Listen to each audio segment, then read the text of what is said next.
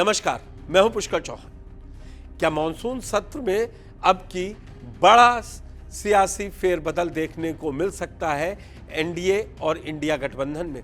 मैं ऐसा क्यों कह रहा हूं कि क्योंकि कांग्रेस नेता पी चिदम्बरम ने एक ट्वीट किया है जिसमें वो ये हवाला दे रहे हैं कि सरकार एक बार फिर से 131वां संशोधन बिल लाने वाली है डिलिमिटेशन पर, और इसके लिए वो डीएमके और एनसीपी शरद पवार की तरफ देख रही है, डोरे डाल रही है।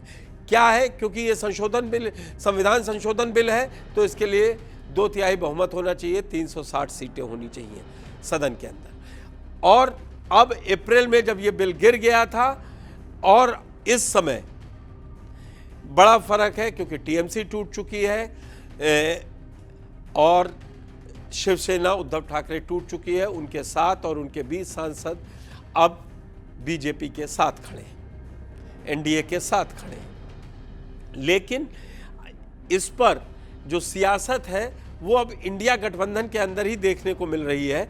खुद शरद पवार की बेटी और बारामती से सांसद सुप्रिया सुले ने साफ किया है कि ना तो अभी बीजेपी की तरफ से कोई उन्हें प्रस्ताव मिला है, ना ही उन्होंने बीजेपी को प्रस्ताव दिया है डिलिमिटेशन पर। और डिलिमिटेशन या महिला आरक्षण बिल पर जो कुछ भी कयासबाजी चल रही है वो सिर्फ मीडिया की देन है। अभी हम ऐसा कुछ नहीं करने जा रहे हैं। हालांकि लगातार सुप्रिया सुले पहले भी 10 तारीख के आसपास जब मिल के आए थे शरद पवार डिप्टी सीएम एकनाथ शिंदे से, तब भी उन्होंने सफाई दी थी। और अब फिर उन्होंने कहा है कि जयंत पाटिल जो मिले हैं वो एक उनके कार्यकर्ता के साथ जाती हुई थी एनसीपी शरद पवार के, उस सिलसिले में मिले थे।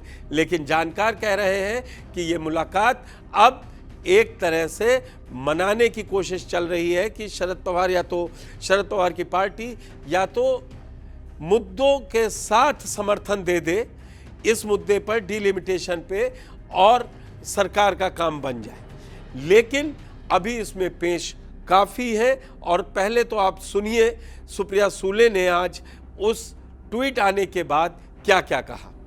हमारी डिमांड ही नहीं है, जो चल रहा है वो ठीक चल रहा है। हमारी का हम तो कह रहे प्रस्ताव हमारा नहीं है, हमने मांग नहीं की कोई, इंडिया अलायंस ने कोई मांग नहीं की। हम सिर्फ कह रहे कि 33% रिजर्वेशन जो महिलाओं के लिए लाया है उसको इम्प्लीमेंट कीजिए, ये हमारी मांग है, लिमिटेड मांग है।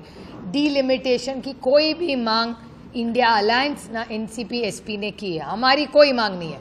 हमारी सिर्फ इतनी मांग सीमित है कि आपने महिलाओं को आरक्षण देने का वायदा किया था, वो वायदा पूरा कीजिए, सिंपल।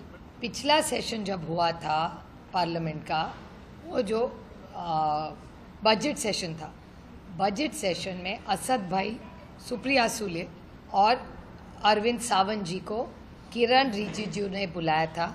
हर पार्टी को अलग अलग से बुला रहे थे और उसमें इस देश के गृह मंत्री जी माननीय अमित भाई शाह, वो किरण रिजिजू और हम साथ में मिले थे।